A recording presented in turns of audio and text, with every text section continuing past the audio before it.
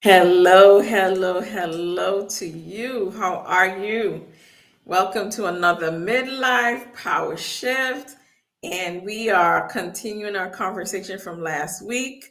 We're focused on leveraging nutrition to help us navigate and to thrive and to flourish in midlife and in perimenopause, aka otherwise known as menopause transition. So we'll do a bit of recap and then we'll continue with our content for today. And so I would like to welcome baddies over 40. And what is a baddie over 40? Simply a woman over 40. I want to remind you that if you are over 40, you are bold, you are authentic, you are dynamic, you are determined, you are inspiring, and you are empowering. That's you. Baddies over 40. So whether you are a woman over 40 who is in a leadership position, you're a part of a team, you're not necessarily elite in a leadership position, you're a stay-at-home mom. If you are a woman over 40, I consider you to be a baddie over 40. And don't you forget it. So let's continue. I want to also remind you, I don't know what kind of day you've had, what kind of week you're having, what kind of month March has been for you, what kind of first quarter that you've had. But I do want to remind you that you're already winning. And I need you to say that, do some affirmations, do some mirror work, and look at yourself and say, I am already winning. And so I want to remind you that when I come on and share content, I hope that you will not get overwhelmed. I hope that you will realize that the L means leverage. I hope that you remember all of the wisdom, all of the skill sets, all of the things that you've already done as a baddie over 40, a woman over 40, that you can use to leverage to take you forward into the next chapter, the next chapters of your life. So you're already winning. That's my virtual hug for you. And I want to remind you that you have enough, you know enough to leverage what you already have. You just may need a professional like myself to help you along the way. So, the question again, I asked this question last week. So, what if the right foods could help you think sharper, lead with greater confidence, sustain your energy throughout the day? So remember, we hear a lot of talk about perimenopause and hot flashes, but by now, if we do not know, I want to remind you that perimenopause is so much more than hot flashes. So let's do a recap of last week. How we talked about how intermittent fasting, whole 30, and the Galveston eating patterns. And I want to stop here. I typically try not to use the word diet because diet typically means it's sort of a fad. You're on it, you're off it. I use eating patterns to mean that this is part of your lifestyle. So we talked about those eating patterns and how they would impact our energy when we're in midlife transitioning to menopause and beyond, impact our energy, our focus, and our hormones. And one of the key takeaways that I'm reviewing, I hope that you got this as well, is that small shifts in the way that you eat can make a big difference in terms of handling or getting rid of the brain fog, in terms of dealing with the metabolism, and in terms of balancing your hormones. So small little shifts in your eating can make a big difference in your menopause transition experience and beyond. So for this particular session that we're going into right now, Bloom's taxonomy. I am a professor. That's one of my superpowers, and so we want to make sure that you understand what you should be expecting to get out of this evening's talk. So Understand how plan forward eating, the DASH eating pattern, and the mind eating pattern can support perimenopause and your leadership performance. And then, like a true educator, uh, if I give you knowledge and I don't challenge you to apply it, then I'm not really educating you. Education, for me, part of my definition of education is to also empower. So, you should have enough information between last week and this week to make sure that you can apply something. So I want to hear from you all. I want to hear not only some key takeaways, but what have you done with the information from last week, or what are you going to do with the information from this week? So a little bit about me. I mentioned you saw some of the credentials in the beginning, but part of my superpower skill set is I'm a registered dietitian. I get questions a lot about what we should eat and how we should eat and all those kind of things. And so I distill it down for me. My eating philosophy is I make it as simple as possible. Eating should be pleasurable and also health supportive. It's possible for us to eat, enjoy what we're eating, and also support our health. I could make it a lot more, go into a lot more detail, but I won't. I just want to say that my eating philosophy, if you're planning to work with me, you're wondering like what kind of coach, dietitian is she? For me, if you're feeling deprived, then I am not doing what I'm supposed to be doing in terms of helping and supporting you. I want eating to be pleasurable and health supportive. So let's talk about the DASH, the plan forward eating, and the mind eating pattern, and why they're important for perimenopause. So last week we went through in detail. This is not that. So, this meaning over 40 is not that meaning under 40. So, I'll say it again. This meaning being over 40, being a woman over 40, is not that being a woman who is under 40. So, our body changes. And the reason why I shared so much detail about the changes that we will experience or we are experiencing when we are over 40 is because I wanted to make you aware. It was not to make you depressed, it was not to make you anxious, it was not to overwhelm you. If One of the things I found out is that awareness allows us to make decisions. Like if we're unaware, then we can't make decisions. But the more aware we are, is the more we can make informed decisions. And so I'm going to summarize what I shared last week, meaning as it relates to this is not that, right? So let's talk about why these eating patterns that I'm sharing with you this in this session and the ones I shared with you last session, why they're important. And this again is a summary because I already presented last week in detail why this is not that. So in midlife, we know we've experienced all the changes in our body, right? In terms of our metabolism slowing down, weight gain. So we need to be able to focus on our eating, where our eating is more about nutrient dense foods. In midlife, our cognition changes, right? As the estrogen levels and other hormones levels change, estrogen declines. So that affects the way that our brain, sometimes we get these brain fogs and we forget.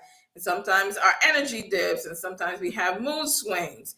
And so, again, not only what we eat, meaning nutrient dense foods, but also the timing of our eating. Last week, I talked about intermittent fasting, and you can go back and let me know if you need a link to the replay. I can give you the link to the replay.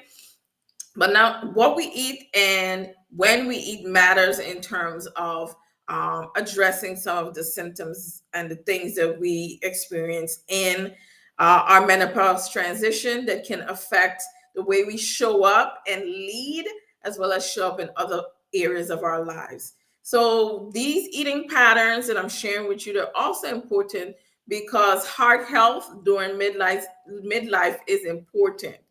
During midlife, we tend to have an increased risk for, as women, for blood pressure, high blood pressure, and for high cholesterol. Not everybody, but trending in a general sense, we tend to have an increased risk for that. And so if you enter midlife with high blood pressure and high cholesterol, that's another reason why you would want to make sure you lean into some of these eating patterns that I'm sharing. And so the idea, my baddies over 40, is that we're not going to just survive in 40 and over, right? We're looking to thrive and flourish in a new era of our lives. So we can do that by the way that we eat.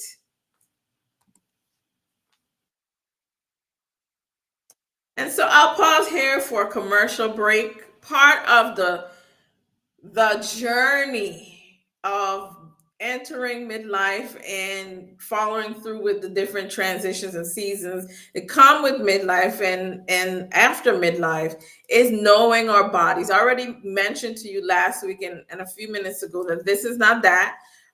We get to midlife and oftentimes we think our bodies will work the same as it did before we were 40 and over, and that's not the case. But then we don't really know the changes.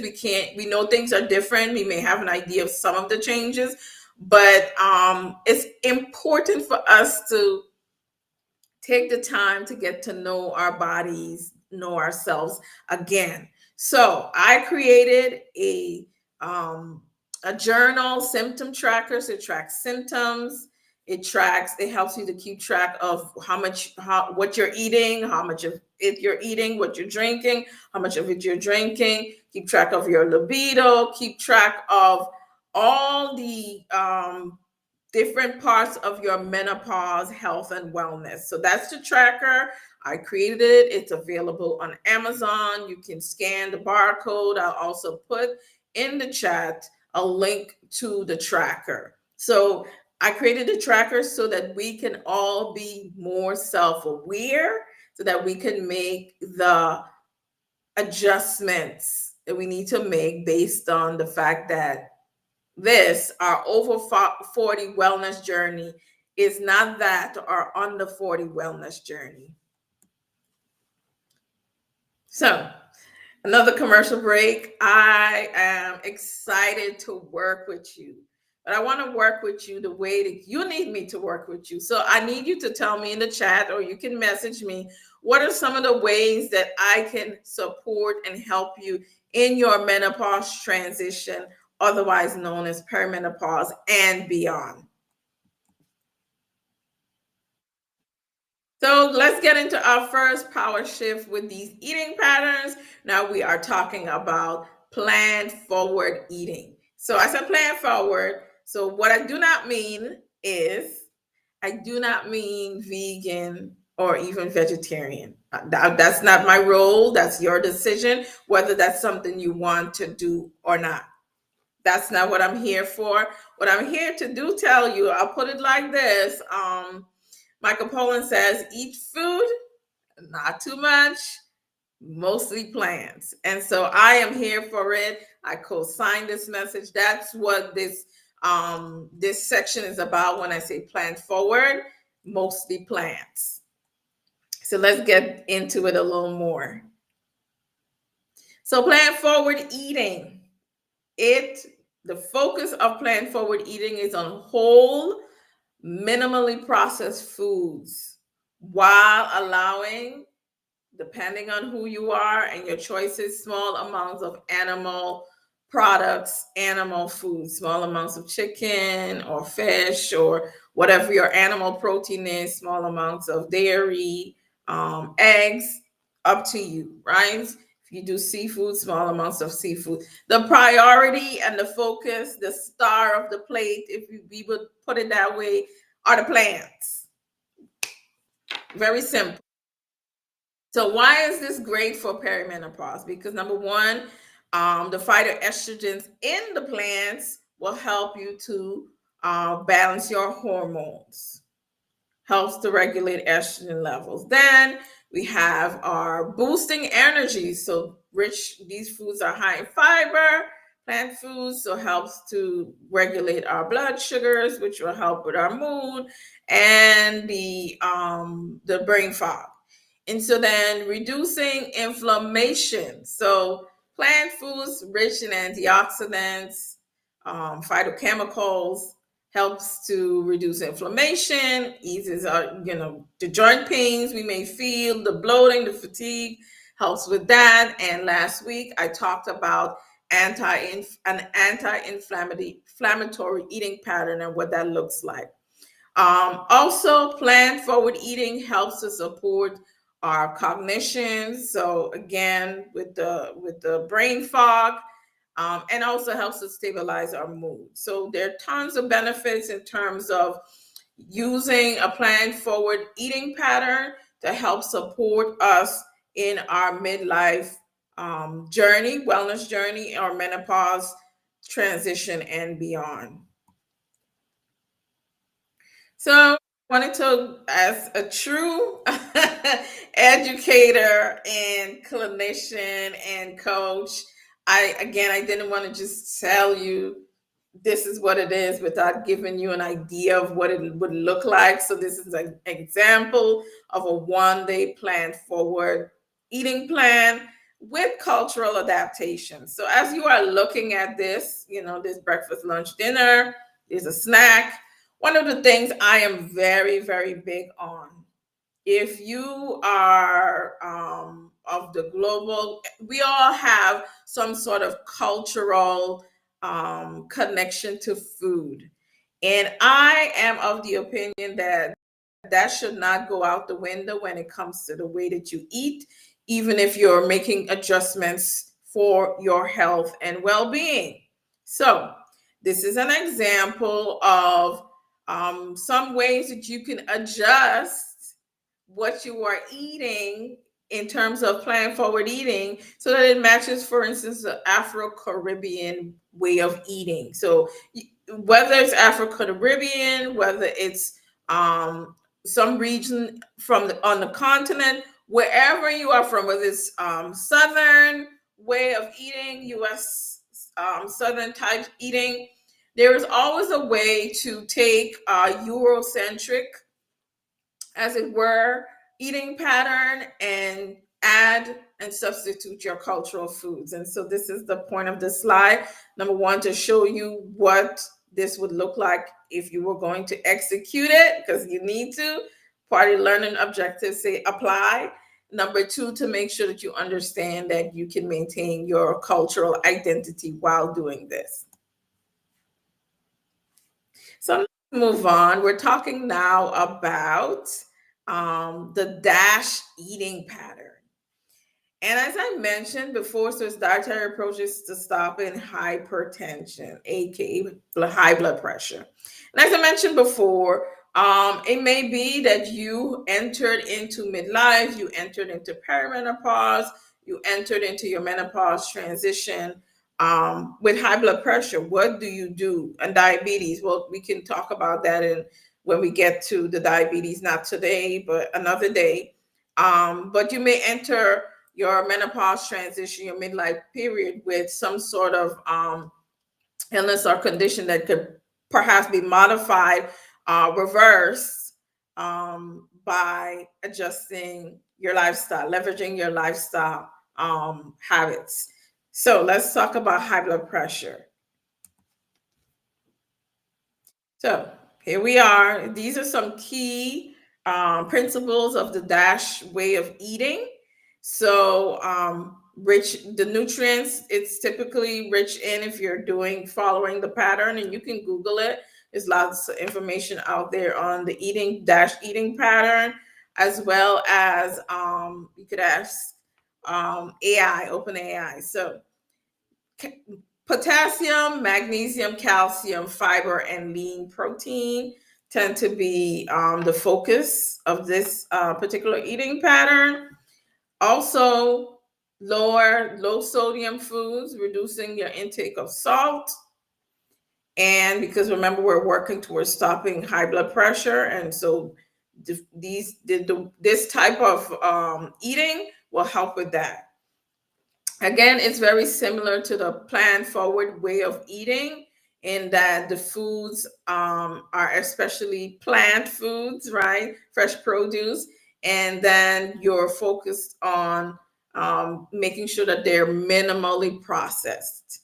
And so the reason why this works is because there's a good balance of complex carbs, meaning whole grains. So I know carbohydrates, they just been dragged through the mud and just nobody wants to eat carbs, but there are benefits to eating whole grains, lots and lots of benefits, right? The fiber, some minerals, B vitamins, and I could go on and on. So I'm, as you can tell, I'm not a proponent of just cutting all carbs out. There are some carbohydrates, fruits, right? Some veggies, and certainly the whole grains that I believe have a place. But if you don't want to, that's fine. That's your business. You do what you feel is best for you. And so this particular eating pattern works for blood pressure, lowering blood pressure because of the complex carbs, because of the healthy fats, lean proteins, that help to support energy, metabolism, and ultimately in that combination lowers blood pressure. So the check marks are, you may want to know a bit more detail. And I'm going into this because high blood pressure really we need to address it. So I'm giving you a bit more detail. So the check marks are the foods that are part of the DASH eating pattern, and the X's are the ones that are not recommended for the DASH eating pattern.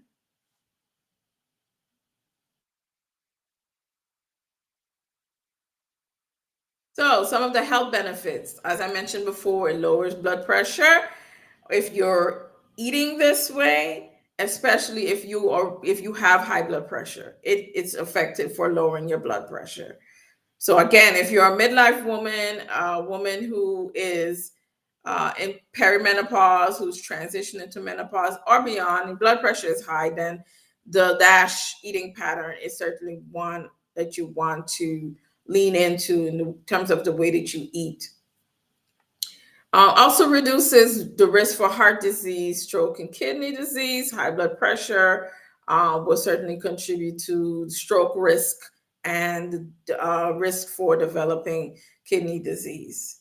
Um, then we have, it also helps to support weight loss and weight management. So we already know that our metabolism slows when we get to midlife, when we're baddies over 40. We may gain a lot of weight. And so eating this way, along with some of pretty much all of the other eating patterns that I've shared and I will share, will help us to maintain our weight or lose weight. This also helps to improve insulin sensitivity. So for those who are in pre-diabetes or even diabetic, eat the DASH eating pattern can help you with both things. So pre-diabetes, so that you don't get to full-grown type 2 diabetes, and if you have type 2 diabetes, then it helps to improve insulin sensitivity, and as well as remember that the original purpose of the DASH eating pattern is to lower your blood pressure. So it's very, very good. Highly recommended if you are diabetic, pre-diabetic, high blood pressure. And then it also promotes gut and digestive health because of the fiber and other food components in this eating pattern. So why is it great for perimenopause? In perimenopause, we do, as women, our risk for heart disease increases, right? Estrogen was protective, estrogen is starting to decline. And then in terms of bloating, that's something you may experience. Every woman's perimenopause menopause transition experience is different, but for some of us, bloating and fluid retention is a challenge. And so if that's the case, then the DASH eating pattern is something you want to strongly consider. Again, in perimenopause, weight management is an issue for some, not all, right? And so, from a weight management, weight loss perspective, adopting a DASH eating pattern is very helpful. And so we're going to move on. So we just talked about plan forward eating. We just talked about the DASH eating pattern. And now we're moving on to the mind eating pattern. And the mind eating pattern is a combination of the Mediterranean eating pattern, which I talked about last week, and the DASH, which I just talked about. And it is particularly supportive for brain health. So let's get into the mind eating pattern.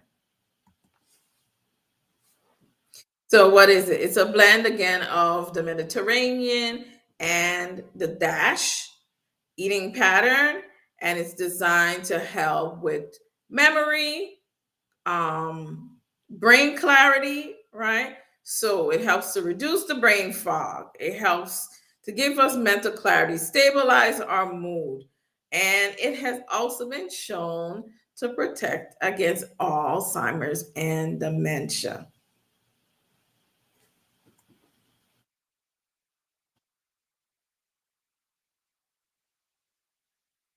Oh, again, as a good coach, clinician, professor, I wanted to make sure that you are not only gaining knowledge, but you are empowered. So, this is an example of what a 1 day meal plan for the mind would look like.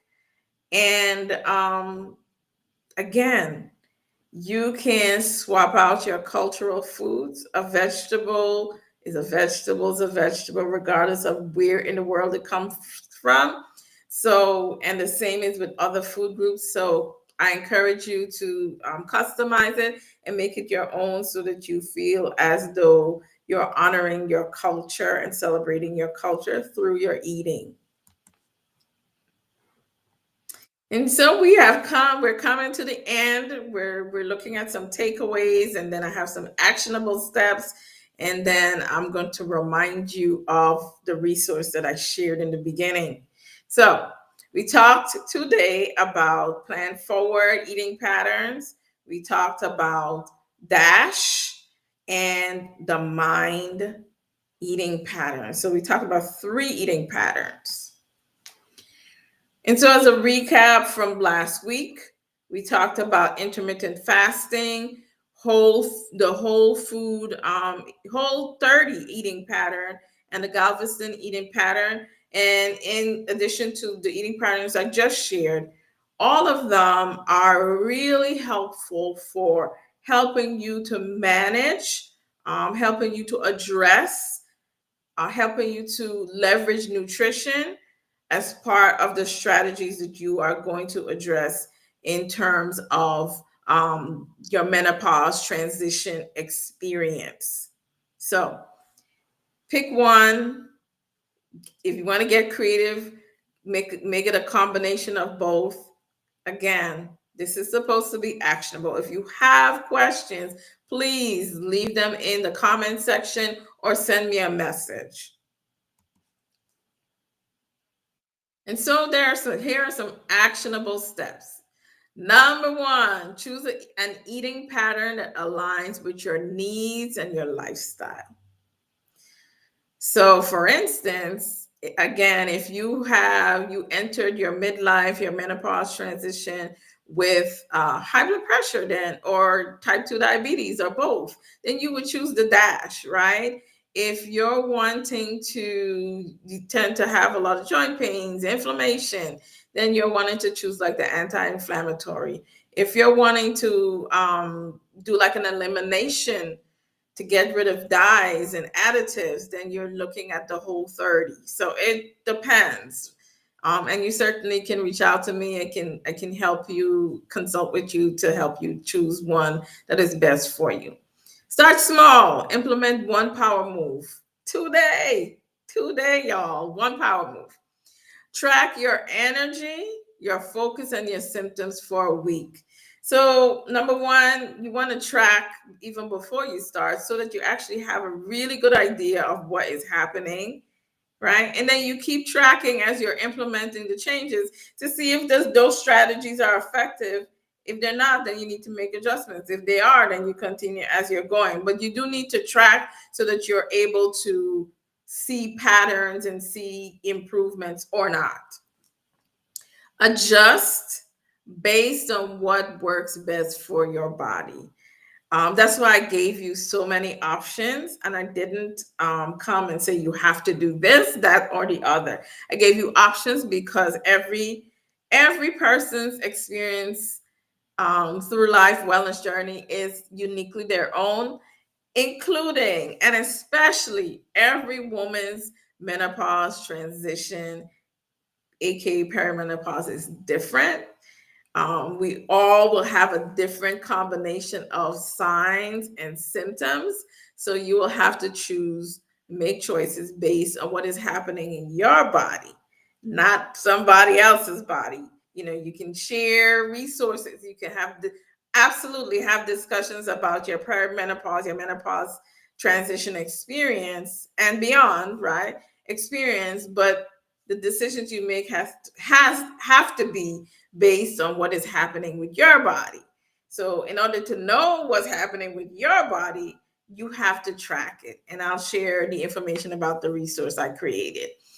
And the final actionable step, this is a coming soon. I will be launching a 6-week coaching program, integrative nutrition. So we heavily focus on the nutrition aspect, and then we will also leverage some of the other lifestyle strategies to make sure that you are flourishing in your menopause transition.